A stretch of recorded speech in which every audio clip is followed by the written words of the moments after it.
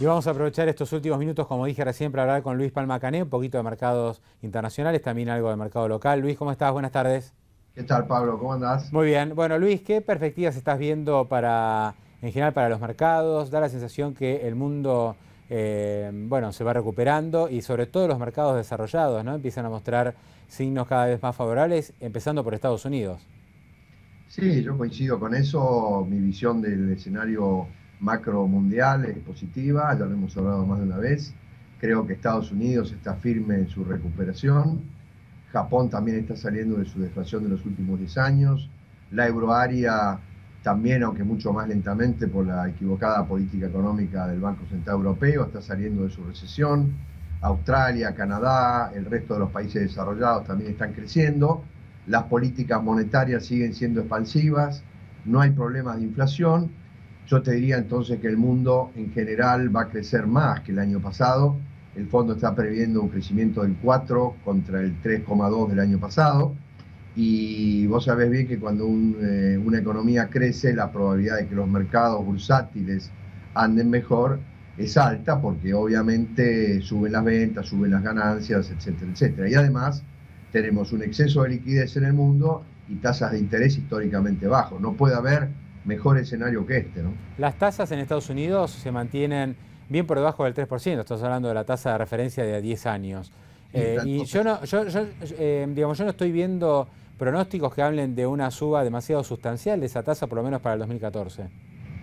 No, yo creo que esa tasa se va a mantener como máximo o con un techo, si vos querés, del 3%, puede ser un poco más, un poco menos.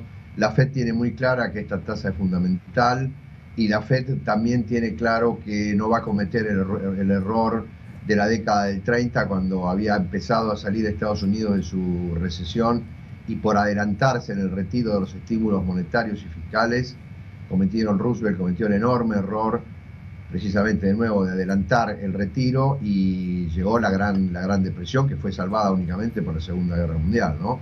De modo que además Yellen es una excelente profesional como Bernanke, que ha estudiado muchísimo todo el tema de las crisis y ha sido muy enfática en su presentación ante el Congreso, que le da una prioridad importante al nivel de empleo y al nivel de actividad que a la inflación, siguiendo digamos, la hipótesis o el dogma, si vos querés, de Bernanke, que primero vamos a crecer y después nos vamos a preocupar por el déficit. Claro, los mercados emergentes estuvieron más a los tumbos, pero no es nuevo esto. Ya hace 2 años que realmente los emergentes vienen con caídas significativas.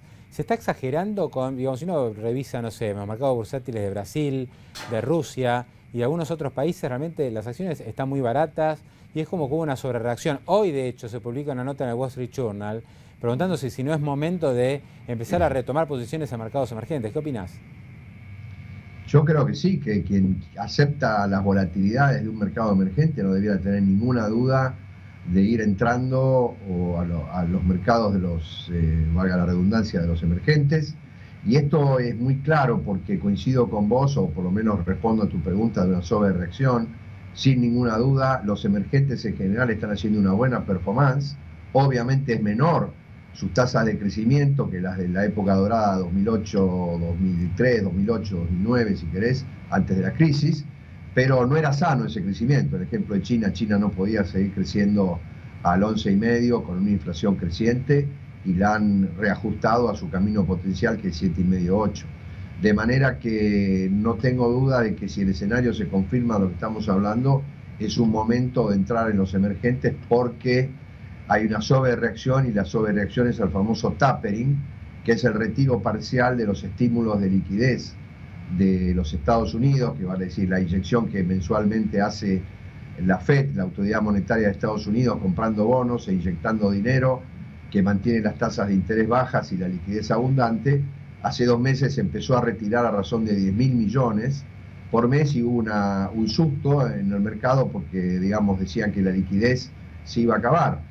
Yo no estoy de acuerdo con eso, porque si hoy hay un exceso de liquidez y todavía la Fed tiene para retirar a razón de 10.000 millones de dólares, inyectar 300 o 250.000 millones más, mañana va a haber más liquidez que hoy. Entonces no veo la lógica del razonamiento que el tapering va a afectar la liquidez y las tasas de interés. Bueno, y lo último, hoy me mandaste un pequeño artículo ahí en el momento de lo que está sucediendo con los holdouts, con los fondos buitres, ya pasando a la Argentina, ¿no? Sí. Y la verdad que es preocupante el escenario porque, como vos bien señalabas, el caso ya está perdido. O sea, Argentina ya perdió el juicio con los fondos buitres y se está discutiendo no si le tenemos que pagar o no, porque la justicia en primera y segunda instancia ya ha dicho que hay que pagar, sino de qué manera hay que ahorrar ese compromiso.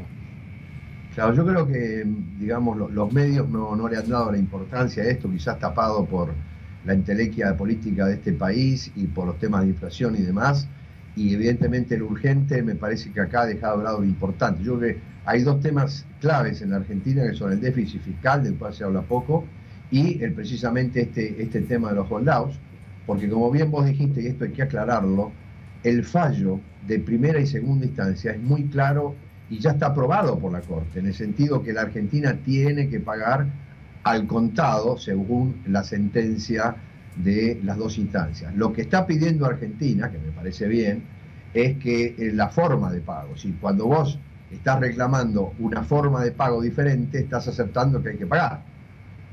Pero más allá de eso, yo te diría que el escenario no es bueno porque, primero, la Corte Suprema toma muy pocos casos, solamente 80, 100 por año en Estados Unidos, y además hay otro inconveniente muy grande, que es la tradición de la Corte Suprema, que toma solamente en Estados Unidos casos que tienen implicancias federales.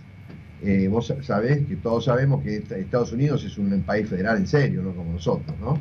Entonces, yo creo que la probabilidad es muy baja y creo que acá ha habido una mala praxis del gobierno, porque si vos te acordás, antes del primer fallo de Griesa, que es un hombre muy respetado en Estados Unidos y que ha sido zarandeado por los funcionarios de nuestro país, él abrió la puerta diciendo, antes de la sentencia yo propongo que nos sentemos, que digamos, no sé cómo lo dijo exactamente, pero dejó la puerta abierta para una negociación, cosa que acá, no sé si vos te acordás, la famosa frase, sí, no pagaremos ni un solo dólar. Sí, ¿no? Yo como, digamos, para los inversores argentinos, para los inversores que tienen bonos argentinos, para cerrar este día, ¿no, Luis? Sí. El tenedor de bonos argentinos yo creo que se tendría que preocupar porque el propio gobierno argentino, ante la Corte Suprema norteamericana, esto está en los medios de hoy, y se puede visitar o repasar el fallo en la web, Argentina ha dicho que el peligro es que se defaultee deuda por 24.000 millones de dólares.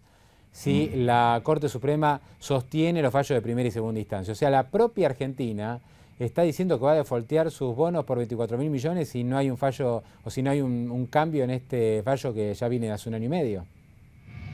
Y sí, la verdad que tiene razón, eso es lo malo, porque no hay manera de pagar esa cifra así al contado, no hay caja, digamos, entonces por más que quisiera no podría, y además está, si la Corte no toma el caso, acordate que van a levantar la medida cautelar que dejó de lado el embargo sobre los pagos que está haciendo la Argentina sobre los bonos que están en el canje. De manera que no solo hay un problema con los 25.000 millones que habría que pagar, sino que también el problema es cómo pagarle a los que han entrado en el canje cuando vos tendrías embargada la cuenta, ¿no? De manera que, volviendo al tema anterior, yo creo que es una situación muy seria, que el mundo sigue con extremada atención, y ojalá se pueda solucionar, y la solución hoy por hoy me parece que no pasa por el tema judicial, sino para sentarse con esta gente que ha dicho que está dispuesta a sentarse y llegar a un arreglo extrajudicial, porque además, Pablo, lo cierto es que las cartas están del lado de los holdouts, que tienen el juicio ganado, ¿no? Luis, como siempre, un gusto, muchísimas gracias. Gracias a vos, Pablo, un abrazo.